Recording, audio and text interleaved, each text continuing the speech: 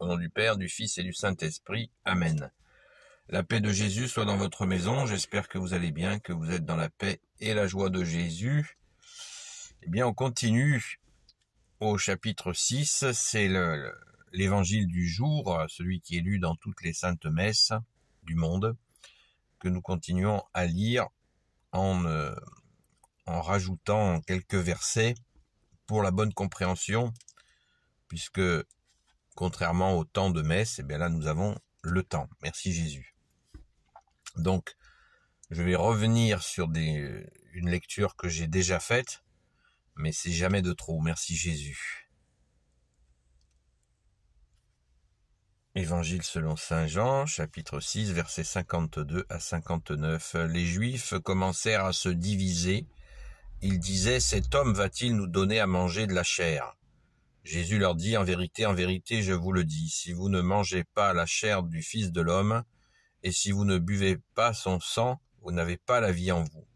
Celui qui mange ma chair et boit mon sang vit de vie éternelle, et moi je le ressusciterai au dernier jour. Ma chair est vraiment nourriture, et mon sang est vraiment une boisson. Celui qui mange ma chair et boit mon sang demeure en moi, et moi en lui. De même que je vis par le Père, car le Père qui m'a envoyé est vivant. De la même façon, celui qui me mange vivra par moi. Voici le pain qui est descendu du ciel. Ce ne sera pas comme pour vos pères qui ont mangé, et ensuite ils sont morts. Celui qui mange ce pain vivra pour toujours. » Voilà ce que Jésus a dit dans la synagogue quand il enseignait à Capharnaüm. Merci Jésus pour ta parole. On va continuer au verset 60. Après l'avoir entendu, bon nombre de ses disciples dire « Ce langage est dur à accepter, qui voudra l'écouter ?» Jésus savait en lui-même que ses disciples protestaient. Il leur dit « Tout cela vous scandalise. Que direz-vous lorsque vous verrez le Fils de l'homme remonter où il était auparavant? C'est l'esprit qui fait vivre, la chair ne sert de rien. Les paroles que je vous ai dites sont esprit et elles sont vie. Mais certains d'entre vous ne croient pas. » Jésus savait en effet, dès le début, quels étaient ceux qui croyaient, qui ne croyaient pas et qui allaient le trahir. Et il ajouta, « Voici la raison pour laquelle je vous ai dit que personne ne peut venir à moi si cela ne lui a pas été donné par le Père. » Merci Jésus. Merci bien-aimé Jésus. Donc j'ai été jusqu'au verset 65. C'est donc très clair. Et vous voyez l'importance de continuer la lecture, puisque Jésus dit, c'est l'esprit, au verset 63, c'est l'esprit qui fait vivre, la chair ne sert de rien, les paroles que je vous ai dites sont esprit et elles sont vie. C'est-à-dire que Jésus va se donner, vous le savez, à la crucifixion, merci Jésus de t'être offert pour nous, et il est ressuscité, et il va remonter vers son Père, tout en restant avec nous, merci Jésus, on en a bien besoin. Et le contexte général de ce trouble que ça crée chez ces Juifs, chez tous ces gens qui ont dans la tête la manne du désert que je vous ai expliqué hier, le pain que le Père, l'Éternel, le Père de Jésus, notre Père, donnait à la fuite d'Égypte aux Hébreux. Le matin, une croûte apparaissait autour du campement et par miracle, c'était du pain que les Hébreux mangeaient dans leur fuite pour leur retour vers la terre promise. Et ils en avaient tous les jours. D'ailleurs, ils râlaient de temps en temps parce qu'ils trouvaient que c'était monotone. Mais bon, c'est un autre débat, mais l'idée, c'est ce pain qui descend du ciel. Et Jésus prend la même métaphore, la même image. Il est le pain qui descend du ciel. Mais c'est totalement différent, puisque cette fois, c'est l'ultime appel du Père à rejoindre le royaume des cieux, notre héritage, par son Fils bien-aimé Jésus. Donc Jésus lui-même descend du ciel et il se donne complètement, on l'a vu à la crucifixion. Merci Jésus de t'être offert pour nous, merci d'être ressuscité. Il se donne totalement, il donne totalement sa chair et son sang pour nous purifier, pour nous sauver et pour rejoindre le royaume des cieux.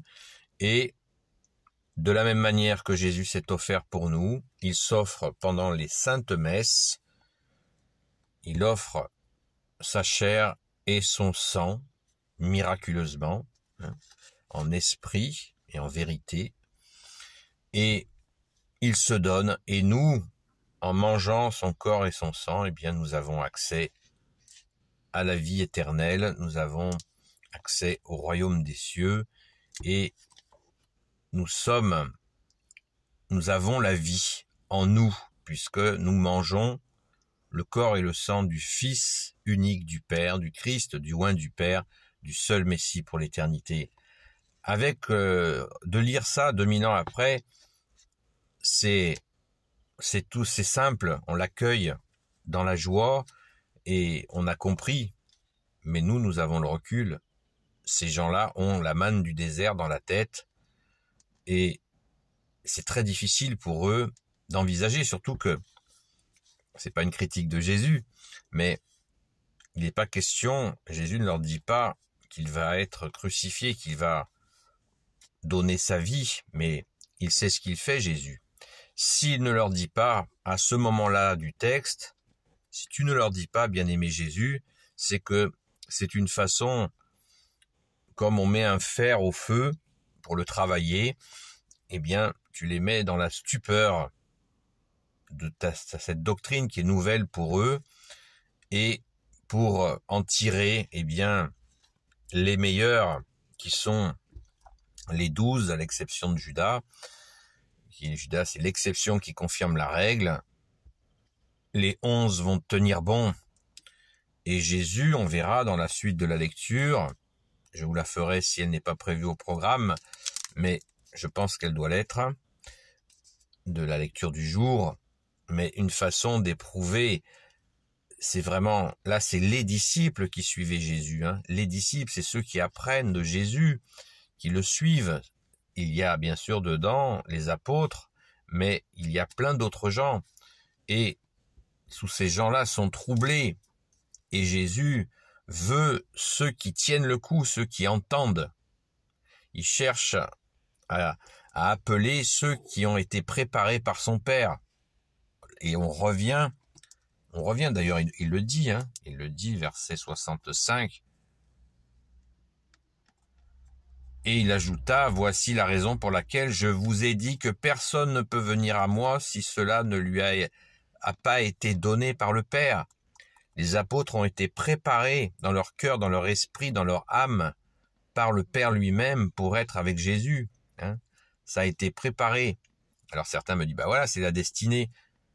Et je vous ai dit, justement, dans ma vidéo d'hier, que la destinée de grâce est prévue à certaines personnes, mais elle n'est pas obligatoire. Mais c'est un appel, c'est une préparation du Père. La grâce, j'ai bien dit la grâce, pas la vie de monsieur et madame tout le monde, où nous sommes libres. C'est la grâce. Les personnes ont été préparées, comme qui, nous avons l'exemple le plus important, qui est la très sainte Vierge Marie, qui a été entièrement préparée en son corps, en son cœur, en son âme, pour recevoir qui? Jésus, le Fils de Dieu. Donc, elle a effectivement été préparée. Merci Jésus, merci à ton Père très bon, merci à l'Esprit Saint, c'est magnifique. Mais ne croyons pas que nous sommes programmés au sens général du terme. Nous avons une inclinaison qui est en nous de sainteté, de vie avec Jésus. Nous avons cette possibilité, nous avons ça en nous, et différemment selon chacun. Chez certains, ça a été préparé, comme les saints et les saintes. je pense que Sainte Marie-Madeleine, par exemple, notre chère sainte patronne, eh bien, elle a été préparée pour voir le seul sauveur, Jésus, le seul Messie ressuscité, la première. Elle a été préparée et elle a répondu à cet appel. Elle a été préparée par le Père pour voir son Fils bien-aimé ressuscité. Alléluia!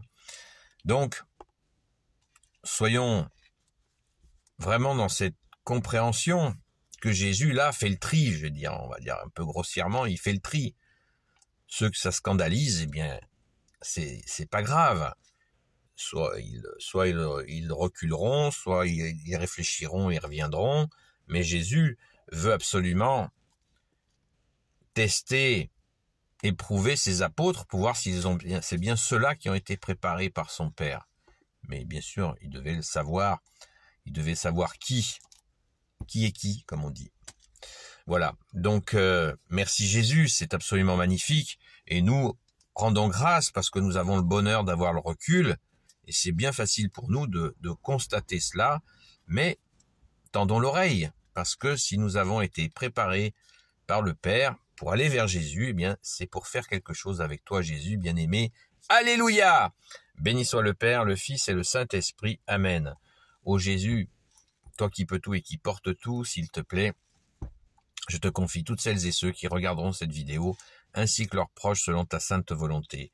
Sainte Marie, Reine des cieux, toi l'Immaculée Conception, toi qui écrases le serpent, toi qui es la lune sous tes pas, toi notre Mère, Notre-Dame.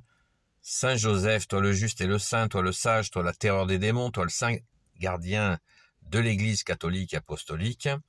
Sainte Marie-Madeleine, notre chère sainte patronne, et vous, tous les saints et saintes amis de Jésus, Saint Michel Archange qui est comme Dieu, Saint Gabriel Archange, Saint Raphaël Archange et tes anges guérisseurs, et vous, tous les saints et saintes amis de Jésus, Saint Michel Archange, et vous, tous les anges qui servaient Jésus, je vais y arriver, je vous confie toutes celles et ceux qui regarderont cette vidéo, ainsi que leurs proches, selon ta sainte volonté, ô Jésus. La paix de Jésus soit dans votre maison, et je vous dis à très vite. Gloire à toi, ô Jésus.